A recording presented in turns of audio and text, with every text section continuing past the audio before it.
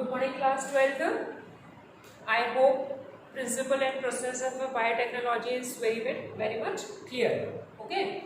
So biotechnology principle and processes पढ़ने के बाद हम आज स्टडी करेंगे application of biotechnology. Okay. So application of biotechnology जैसा प्रीवियस क्लास में हमने बताया था, there are different fields.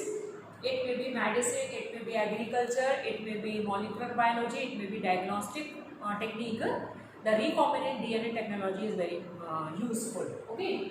So principle and processes of biotechnology के बाद हम देखेंगे application of biotechnology, जिसमें हमको 3 चीजें ध्यान में रखनी है.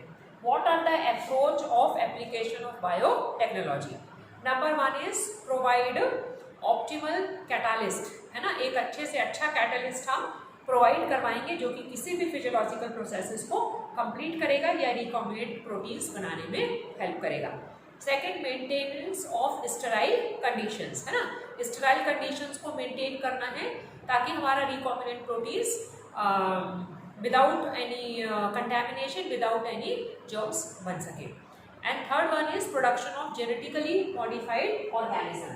सो बायोटेक्नोलॉजी में बहुत इंपॉर्टेंट जो है वो जेनेटिकली मॉडिफाइड ऑर्गेनिज्म है.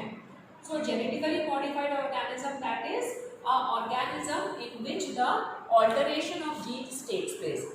If the any healthy gene is inserted into the organism और any deletion of the harmful genes from the organism is called as the genetically modified organism. Okay. So first of all हम देख रहे हैं हमारे different fields में biotechnology का use. So number 1 हम देख रहे हैं एग्रीकल्चर. ओके. एग्रीकल्चर में आपने स्टडी किया होगा ग्रीन रिवॉल्यूशन. ठीक है. सो ग्रीन रिवॉल्यूशन करने वाले साइंटिस्ट कौन थे? एमएस स्वामीनाथन. सो एमएस स्वामीनाथन ने मैक्सिकॉन वेराइटी ऑफ वीट का एनॉर्मस कल्टीवेशन किया, जिसकी वजह से हमारा जो कंट्री था वो फूड के लिए डिपेंडेंट हो गया. तो ग्रीन रिवॉल्यूशन में जहाँ पर कल्टीवेशन तो इंक्रीज हुआ, लेकिन यहाँ पर हार्मफुल इफेक्ट्स क्या पड़ रहा था? Crops depended on the fertilisers and pesticides and soil become infertile. So day by day हमारा जो सॉइल था वो फर्टिलाइजर्स के ऊपर डिपेंडेंट होते जा रहा था. सो इस चीज़ को रिजॉल्व करने के लिए या प्रॉब्लम्स को आउटकम करने के लिए साइंटिस्ट ने किसका हेल्प लिया? बायोटेक्नोलॉजी का.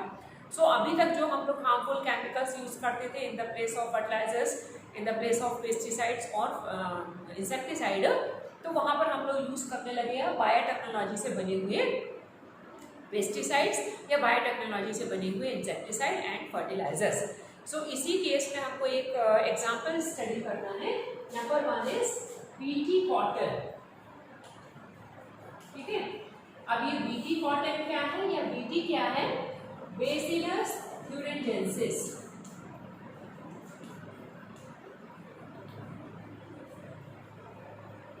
ओके. नाम क्या लिखा हमने? Bacillus thuringiensis. सो बेसिलस हो गया जीनस और thuringiensis हो गया स्पीशीज. सो ये क्या है? बेसिलस thuringiensis एक बैक्टीरिया है. ये कौन सा प्रॉपर्टी शो करता है? Insecticidal property. ठीक है. इंसेक्टिसाइडल प्रॉपर्टी शो करता है. मतलब हम हार्मफुल इंसेक्टिसाइडल केमिकल्स ना यूज करें, उसके प्लेस में क्या यूज करें? BT powder. सो जो बीटी पाउडर है वो मार्केट में पाउडर के फॉर्म में अवेलेबल होता है, जो कि सैशे के फॉर्म में आता है. तो इजीली हम उसको ट्रांसपोर्ट कर सकते हैं मार्केट से ला करके और अपने क्रॉप फील्ड में यूज कर सकते हैं. ठीक है. तो अब इसके बारे में थोड़ा सा स्टडी करेंगे हम. ये बीटी क्या है या बेसिलस thuringiensis बैक्टीरिया से बना हुआ जो प्रोटीन है वो क्या है? तो इस बैक्टीरिया में एक जीन होता है, उस जीन का नाम है क्राइजीन. ओके. ये क्राइजीन क्या फॉर्म करता है? एक प्रोटीन फॉर्म करता है जिसका नाम है क्राई प्रोटीन. और क्राई प्रोटीन का फुल फॉर्म क्या है?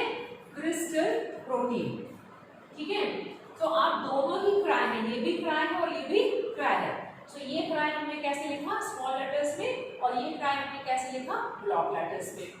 सो cry gene directed to the formation of crystal protein. और यही क्रिस्टल प्रोटीन क्या शो करता है? Insecticidal property. तो जब यहाँ पर ये जो बैक्टीरिया होता है बेसिलस thuringiensis, ये बैक्टीरिया को क्यों नहीं हार्म करता है, केवल इंसेक्ट्स को ही क्यों हार्म करता है? उसका रीजन क्या है कि जब ये क्रायोजीन क्रिस्टल प्रोटीन बनाता है उस समय वो प्रोटॉक्सिन के फॉर्म में होता है। सो प्रोटॉक्सिन के फॉर्म में होता है मतलब वो इनएक्टिव है, अभी एक्टिव वो नहीं है। कैसा है वो? इनएक्टिव। लेकिन यही क्रिस्टल प्रोटीन जब किसी इंसेक्ट्स में जाता है तो कैसा हो जाता है? वो एक्टिव फॉर्म में हो जाता है। सो एक्टिव फॉर्म में आने के लिए क्या कंडीशंस चाहिए? उस इंसेक्ट्स का जो गट होगा, मतलब एलिमेंट्री कैनाल होगा, उसका अल्कलाइन पीएच जो मीडियम होता है वो उसको प्रोटॉक्सिन इनएक्टिव फॉर्म से किसमें कन्वर्ट कर देता है? एक्टिव फॉर्म से। तो कंडीशन क्या होना चाहिए? Alkaline pH of gut. किसका गट? इंसेक्ट का गट। ठीक है। सो ये जो हमारा बीटी क्या है? बेसिलस थेरेजेंसिस बैक्टीरिया से बना हुआ क्रिस्टल प्रोटीन है जो कि मार्केट में मिलता है। तो ये क्रिस्टल प्रोटीन बनाने वाला जीन क्या है? क्रायोजीन। दोनों में डिफरेंस आप देख लो, ये हमारा क्रायोजीन और ये हमारा क्रायो प्रोटीन है। इसको स्मॉल लेटर्स में लिखेंगे, इसको कैपिटल लेटर्स में। और ये इनएक्टिव फॉर्म में बनता है और एक्टिव फॉर्म में कब आएगा? जब किसी इंसेक्ट्स के गट के अल्कलाइन पीएच के कांटेक्ट में आएगा तो वो गट को डिसॉल्व कर देगा, उसको डिसइंटीग्रेट कर देगा, तो इंसेक्ट्स वहीं पर मर जाएगा। तो इस तरह से हमने हार्मफुल केमिकल इंसेक्टिसाइड का ना यूज करके किसका यूज किया? बीटी का यूज किया। तो अलग अलग क्रॉप्स में अलग अलग तरह का हमारा क्रिस्टल प्रोटीन होता है। जैसे फॉर एग्जांपल हम ले लें try 1AC, try 2AB, try 1AB, है ना। सो ये काम करते हैं हमारे कॉटन में और ये काम करते हैं हमारे बॉल में। या पेस्ट में लिख सकते हैं, इसको कॉर्न में काम करते हैं वो। तो हमने देखा ट्राई 1AC, ट्राई 2AB किसमें यूज होता है? कॉटन में, बॉलवर्म डिजीज को रोकने के। और ट्राई 1AB किसमें यूज होता है? हमारे कॉर्न क्रॉप्स में। ठीक है। तो अलग अलग क्लासेस होती है। हायर क्लासेस में जाओगे तो इंसेक्टा की अलग अलग क्लासेस होती हैं। लेपिडोप्टेरन्स होते हैं, क्लास इंसेक्टा होती है, डिप्टेरन्स होते हैं। तो अलग अलग जो ऑर्डर्स होते हैं उनके जो ग्रुप ऑफ इंसेक्ट्स होते हैं उनको अफेक्ट करने के लिए अलग अलग कैटेगरी ऑफ क्रिस्टल प्रोटीन हमारे मार्केट में अवेलेबल होते हैं। तो हमारे प्रिंसिपल्स ऑफ बायोटेक्नोलॉजी में हमने क्या देखा? ये जो माइक्रो ऑर्गेनिज्म था दैट इज बैक्टीरिया था, उसके क्रायोजीन्स को हमने क्रिस्टल प्रोटीन के फॉर्म में इस पेस्ट को रजिस्ट्रेट कर दिया, ये क्रॉप्स को एज ए इंसेक्टिसाइड के फॉर्म में हमने यूज किया। ठीक है। सेकेंड हम लोग देखेंगे पेस्ट रेजिस्टेंस। ठीक है। क्रॉप में ही हम लोग चल रहे हैं किसमें? पेस्ट रेजिस्टेंस में। मतलब किसी क्रॉप को, किसी प्लांट को, किसी पर्टिकुलर इंसेक्ट से हम कैसे रेजिस्टेंस बना सकते हैं। तो उसमें एक एग्जांपल हम देखेंगे टोबैको प्लांट्स का। टोबैको रूट में इन्फेक्शन करने वाला एक निमेटोड है जिसका नाम है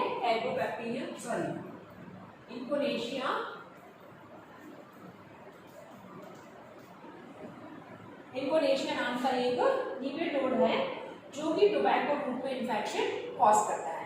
तो अब हमको क्या करना है? उस पर्टिकुलर प्लांट को, मतलब टोबैको प्लांट्स को क्या करना है? उसके लिए रेजिस्ट बनाना है। ठीक है। सो ये जो इंकोनेशिया नाम का निमेटोड है या मेलोडीगाइनी, इसका पूरा नाम है मेलोडीगाइनी इंकोनेशिया। मेलोडीगाइनी इंकोनेशिया। ठीक है।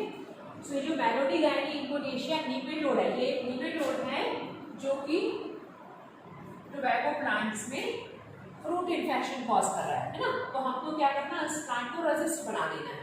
तो कैसे हम बनाएंगे? सबसे पहले हमको क्या करना है? ये जो निमेटोड का जीन है वो किसकी तरह से एक्ट करेगा? जीन ऑफ इंटरेस्ट की तरह से एक्ट करेगा या एलियन जीन्स की तरह से एक्ट करेगा। और उसमें हम वेक्टर लेंगे एग्रोबैक्टीरियम, है ना। सो प्रीवियस क्लास में हमने देखा कि जो हमारा जीन ऑफ इंटरेस्ट है उसको लाइगेट करने के लिए क्या चाहिए होता है? हमको वेक्टर, है ना। सो जो हो गया हमारा निमेटोड जीन, क्या हो गया? जीन ऑफ इंटरेस्ट या एलियन डीएनए या फॉरेन डीएनए, और उसका वेक्टर कौन हो गया? एग्रोबैक्टीरियम ट्यूबिफेसियंस, है ना। सो ट्यूबिफेसियंस को हमने क्या देखा था? TI है ना। क्यों लिखा था इसको TI? ट्यूमर इंड्यूसिंग होता है ये फैक्टर, लेकिन हमने उसका जो डिजीज कॉजिंग प्रॉपर्टी थी उसको लॉस्ट कर दिया, जो डिजीज कॉज करता था उसको डिसआर्म्ड कर दिया। तो ये क्या हो गया हमारा डिसआर्म्ड फैक्टर हो गया, जिसके डिजीज कॉजिंग जीन्स को हमने सप्रेस कर दिया। ठीक है, अब यहाँ पर क्या हो गया हमारा जीन ऑफ इंटरेस्ट भी और वेक्टर भी है। सो दोनों क्या मिलकर के बनाएंगे रिकॉम्बिनेंट डीएनए। इस रिकॉम्बिनेंट डीएनए को हम किसमें एंटर कर देंगे? होस्ट में। सो होस्ट कौन हो गया हमारा? Tobacco plants. ठीक है, सो जब इस होस्ट टोबैको प्लांट्स में इस रिकॉम्बिनेंट डीएनए को हम एंटर करेंगे तो हमारा जो होस्ट है वो दो तरह का आरएनए बनाएगा। एक बनाएगा सेंस आरएनए और एक बनाएगा एंटी सेंस आरएनए। ठीक है, sense RNA and anti sense RNA. और जब हमने principle of inheritance molecular basis of inheritance में जब हमने डीएनए रिप्लिकेशन पढ़ा था तब आपको बताया था कि डीएनए का केवल एक स्ट्रैंड ही ट्रांसक्राइब होता है मैसेंजर आरएनए। थोड़ा सा ट्रांसक्रिप्शन आप याद करो, ये डबल स्ट्रैंडेड डीएनए होता है 3 प्राइम 5 प्राइम 5 प्राइम 3 प्राइम। एक होता है टेम्पलेट, एक होता है कोडिंग। तो हमेशा आरएनए किससे बनता है? टेम्पलेट स्ट्रैंड से बनता है, कोडिंग स्ट्रैंड से नहीं बनता है ना। तो डीएनए के दोनों स्ट्रैंड आरएनए नहीं बना सकते हैं। लेकिन यहाँ पर हमने क्या देखा, जब रिकॉम्बिनेंट डीएनए को हमने होस्ट में इंजेक्ट किया तो उसमें दो तरह का आरएनए बनाया, sense RNA anti sense RNA. जब ये दोनों आरएनए हो गए तो ये क्या बन गया? Double stranded RNA. ये डबल स्ट्रैंडेड आरएनए अब ट्रांसलेशन नहीं कर सकता है ना, क्योंकि हमने उसमें पढ़ा था मॉलिक्यूलर बेसिस ऑफ इनहेरिटेंस में कि यदि डीएनए के दोनों स्ट्रैंड्स आरएनए बनाते हैं तो क्या कॉम्प्लिकेशन आता है? एक तो उनका बेस पेयर चेंज हो जाता है और वो ट्रांसलेशन को रोक देते हैं। तो अब आप देखिए दो आरएनए बन गए, sense RNA and anti sense RNA, तो दोनों मिलकर क्या बन गए? Double stranded RNA. जैसे ही डबल स्ट्रैंडेड आरएनए बनेगा देयर इज नो ट्रांसलेशन।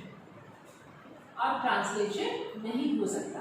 जब ट्रांसलेशन नहीं होगा तो डिजीज नहीं होगी, क्योंकि ये जो हमारा नेमेटोड जीन था क्या वो डिजीज कॉजिंग करने वाला था। जब इसको अकेले हम होस्ट में डालते तो वो अपना इंफॉर्मेशन आरएनए को देता था, आरएनए प्रोटीन बनाता और टोबैको में वो डिजीज हो सकती थी। लेकिन हमने क्या किया, उसको वेक्टर के साथ लाइगेट किया, उसको हमने होस्ट में डाला तो दो तरह का आरएनए बना, और जैसे डबल स्ट्रैंडेड आरएनए बना तो अब ट्रांसलेशन नहीं हुआ। ट्रांसलेशन नहीं हुआ मतलब प्रोटीन नहीं बना, प्रोटीन नहीं बनेगा तो डिजीज नहीं होगी। मतलब हमने उस मैसेंजर आरएनए को क्या कर दिया? साइलेंस कर दिया। तो ये प्रोसेस क्या कहलाता है? Silencing of RNA. Silencing of RNA और आरएनए इंटरफेरेंस।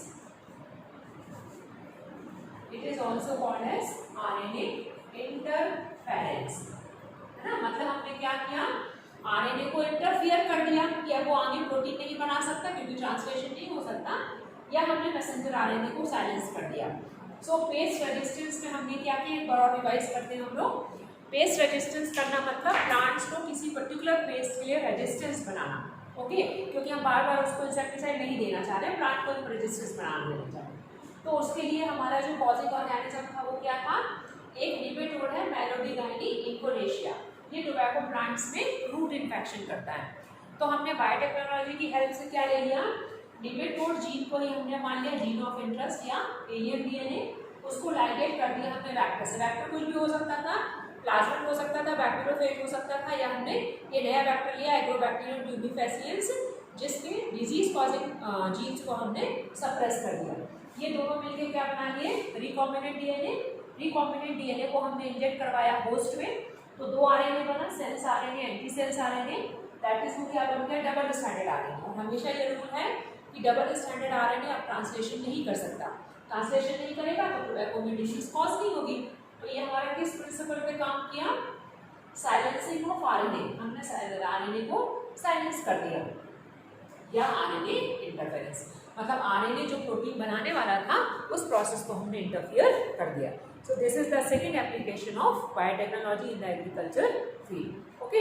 अब नेक्स्ट क्लास में हम लोग देखेंगे नेक्स्ट वीडियो में कि किस तरह से हम बायोटेक्नोलॉजी को मेडिकल साइंस में यूज कर सकते हैं, ह्यूमन इंसुलिन बनाने के लिए, या मॉलिक्यूलर बायोलॉजी पढ़ने के लिए, या मॉलिक्यूलर डायग्नोसिस करने के लिए, ठीक है।